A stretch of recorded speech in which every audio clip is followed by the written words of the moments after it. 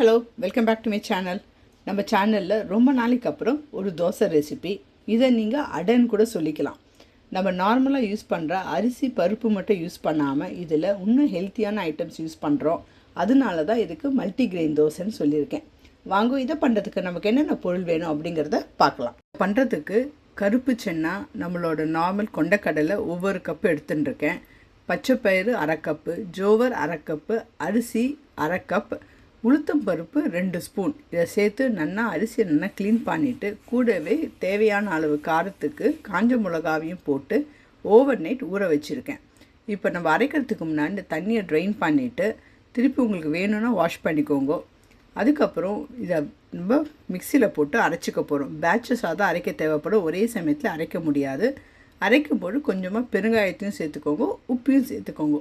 நீங்கள் உப்பு இப்போ சேர்க்கலை அப்படின்னா நீங்கள் அரைச்சதுக்கப்புறம் மாவில் உப்பு போட்டு நல்லா கலந்து வச்சுருங்க. இது மாவு பொங்குறது நம்ம எப்படி அரிசி மாவு வைப்போமோ அதே மாதிரி ஒன்ஸ் ஓவர் நைட் வைக்கணும். இல்லை 7 to 8 hours இதை பொங்குறதுக்கான டைமை நம்ம இதுக்கு கொடுக்கணும். மாவு அரைக்கும்போது வழவழன்னு அரைச்சிக்க வேண்டாம், கொஞ்சம் திரியாக அரைச்சிண்டேல் அப்படின்னா தான் நீங்கள் அடையாவோ இல்லை தோசையாவோ வாத்தேல்னா கூட இது நல்லா கிறிஸ்பியாக நமக்கு கிடைக்கும். இப்போ இந்த மாவு நல்லா பொங்கியிருக்கு. ஸோ இதை நல்லா கலரி விட்டுட்டு இந்த சைடு பார்த்தீங்கன்னா நான் முருங்கைக்கீரையை ரெடி பண்ணி வச்சுருக்கேன். முருங்கைக்கீரையை ஆஞ்சி க்ளீன் பண்ணி வாட்டரில் வாஷ் பண்ணி ரெடியாக வச்சுருக்கேன். ஸோ இந்த மாவுலேருந்து கொஞ்சமாக மாவு எடுத்துட்டு அதில் தாராளமாக முருங்கைக்கீரையை சேர்த்துட்டு நல்லா மிக்ஸ் பண்ணிக்கோங்க.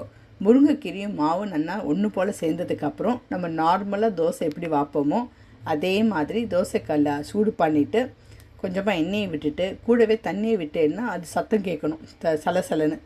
அப்படின்னா தோசைக்கல் நல்லா சூடாக இருக்குன்னு அர்த்தம்.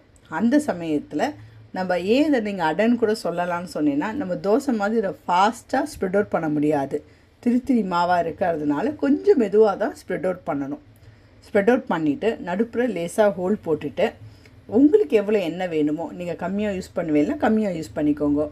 இல்லை ஒரு அடை சாப்பிட்டா கூட நான் தாராளமாக எண்ணெய் விட்டு சாப்பிட்ற ஆள் அப்படின்னா அப்படியும் நீங்கள் விட்டு சாப்பிட்லாம். பட் அடுப்பை மீடியம் ஃப்ளேமில் வச்சு இதை குக் பண்ணலாம். அப்போ தான் 2 சைடுமே நல்லா கிறிஸ்பியாக இருக்கும்.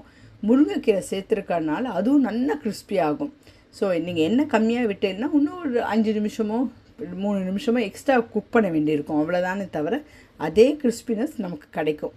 ஸோ இதை சுட சுட வாத்துட்டு தொட்டுக்கிறதுக்கு தேங்காய் சட்னியோ இல்லை ஒரு சிம்பிளாக கேர்டு கூட வச்சு சாப்பிட்லாம் நம்ம. ஸோ உங்களுக்கு எப்படி பிடிக்குமோ அதே மாதிரி நீங்கள் இதை சர்வ் பண்ணுங்க. குழந்தையிலேருந்து பெரியவா வரைக்கும் இதை கண்டிப்பாக சாப்பிட்லாம். ஏன்னா இல்லாமல் இல்லை ஹெல்த்தியான இன்க்ரீடியன்ஸ் தான் இருக்குது. ஸோ இதை கண்டிப்பாக ட்ரை பண்ணி பார்த்துட்டு உங்களுக்கு எப்படி வந்தது அப்படிங்கிற ஃபீட்பேக்கை என் கூட ஷேர் பண்ணுங்க. இதோட ஸ்டெப் பை ஸ்டெப் ரெசிபி என்னோடய வெப்சைட்டில் இருக்குது, அதையும் கண்டிப்பாக செக் பண்ணுங்க. தேங்க்யூ.